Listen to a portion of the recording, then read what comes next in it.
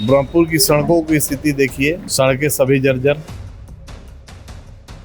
जो 10 वर्षों में ब्रह्मपुर के माननीय विधायक किसी भी क्षेत्र में ब्रह्मपुर को आगे लेकर नहीं आए, बल्कि 10 साल और पीछे चले गए। लेकिन ब्रह्मपुर विधानसभा में एक भी कॉलेज नहीं खुला।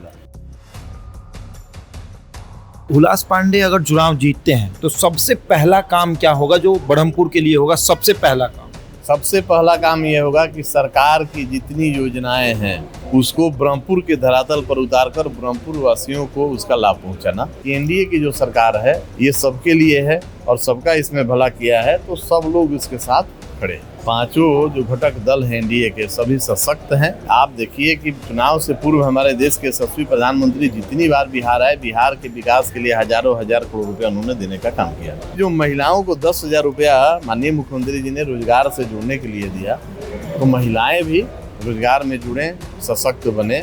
ब्रह्मपुर विधानसभा के एनडीए के उम्मीदवार हुलास पांडे इस वक्त हमारे साथ मौजूद हैं। काफ़ी बिजी शेड्यूल चल रहा है क्योंकि अब बस कुछ ही समय बचे हैं। एक कल के बाद तो आचार संहिता लग जाएगा।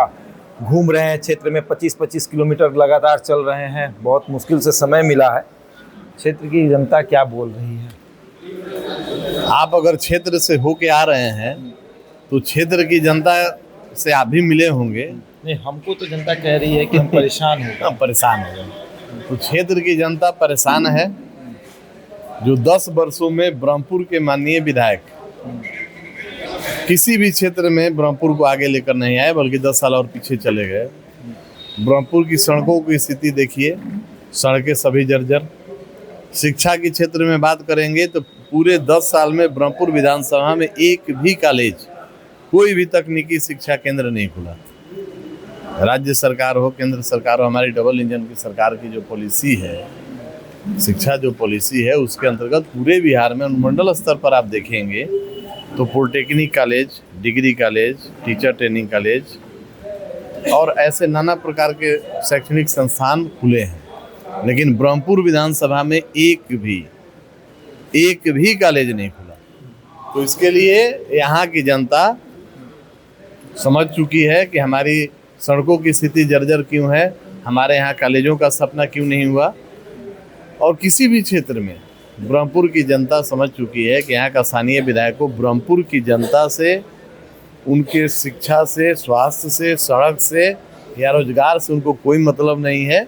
वो अपने निजी व्यवसाय और काम में मस्त व्यस्त है, अपना निजी अस्पताल चलाने में, निजी स्कूल चलाने में, अपना पेट्रोल पंप और फ्लावर मिल चलाने। सवाल तो ये भी उठता है कि जो हुलास पांडे पूरे बिहार की बात करते हैं, उस हुलास पांडे का ब्रह्मपुर क्षेत्र जो है, मतलब विकास तो पहुंचा ही नहीं है। यहाँ विकास की चर्चा ही नहीं होती है। मूलभूत सुविधाएं जो सड़क होती हैं, सड़क की मतलब इतना खस्ता हालत है कि अगर 2 किलोमीटर जाना हो तो आपको 1 घंटा लगेगा। तो ऐसा क्यों हुआ? नहीं, अब निष्क्रियता के चलते जो जनप्रतिनिधि, जो यहाँ के विधायक हैं, उनका ये कर्तव्य था कि यहाँ की सड़कों को बनवाने के लिए संबंधित विभाग से मिलना, संबंधित मंत्री से बात करना, उनसे मदद लेना। और नहीं तो सरकार, आप सदन में जाते हैं तो सदन में प्रश्न रखना, सदन में ध्यान आकृष्ट कराना, लेकिन किसी भी क्षेत्र में उनको कोई मतलब नहीं है।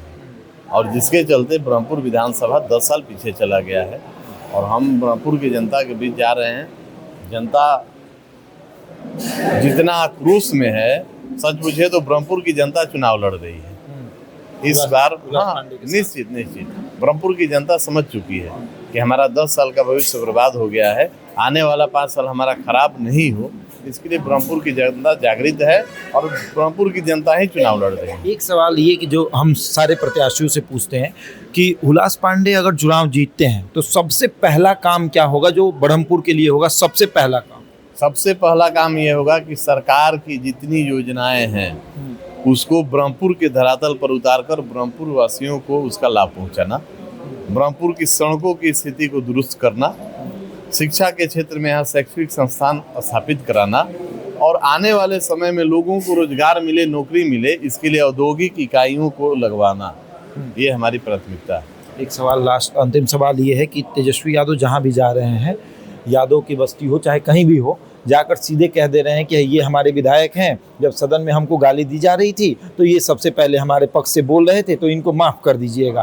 बरहमपुर भी आकर उन्होंने बोल दिया है ये बात कि इनको माफ़ कर दीजिएगा भैया, इस बार इनको दे दीजिएगा। हर बार देखा जाता है कि 90,000 94,000 वोट से जीतते हैं, लेकिन क्षेत्र में काम बिल्कुल नहीं। देखिए, पिछले बार जब विधानसभा का चुनाव हुआ था दूसरे स्थान पर तो हाँ, तो उस समय एनडीए के वोटों का बंटवारा हो गया था, आपस में एनडीए का डिवीजन हो गया था मतों का, और उस कंफ्यूजन में उसका लाभ उनको मिल गया था।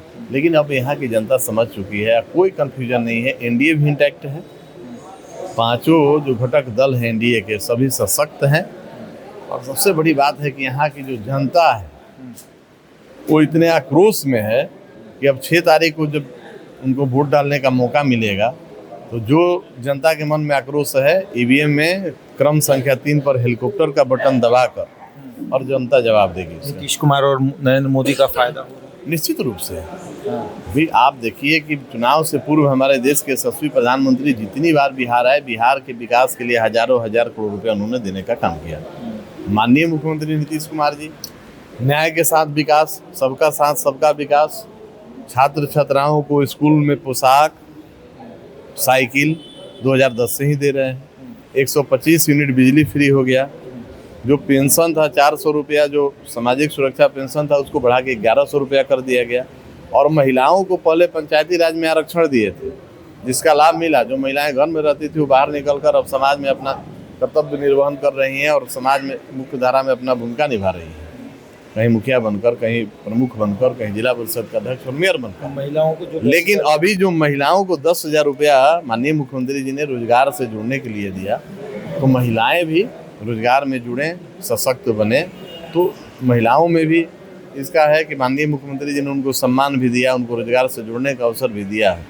तो महिला हो, पुरुष हो, वृद्ध हो, छात्र हो, सबके मन में है कि एनडीए की जो सरकार है ये सबके लिए है और सबका इसमें भला किया है, तो सब लोग इसके साथ खड़े हैं। चलिए, तो हुलास पांडे हैं, बरहमपुर के विकास को लेकर चर्चा हो रही है कि भाई बरहमपुर में विकास क्यों नहीं पहुंचा, जब पूरे बिहार में विकास पहुंच गया। जब पूरे बिहार की बात होती है कि बिहार में हर गली तक सड़क का निर्माण हुआ है, उसी बरहमपुर में अब अगर आप चलेंगे तो कई ऐसे गांव हैं जहां आज भी सड़क नहीं है, आज भी ऐसे गड्ढे आपको नजर आएंगे जो आप यकीन नहीं मानिएगा कि आप बिहार में ही हैं या फिर बिहार से बाहर। हुलास पांडे को एलजेपीआर ने टिकट दिया है, एनडीए समर्थित कार्यकर्ता उम्मीदवार है। आगे देखिए क्या होगा। फिलहाल इस खबर में इतना ही। बने हमारे साथ और देखते रहे द इंडिया टॉक।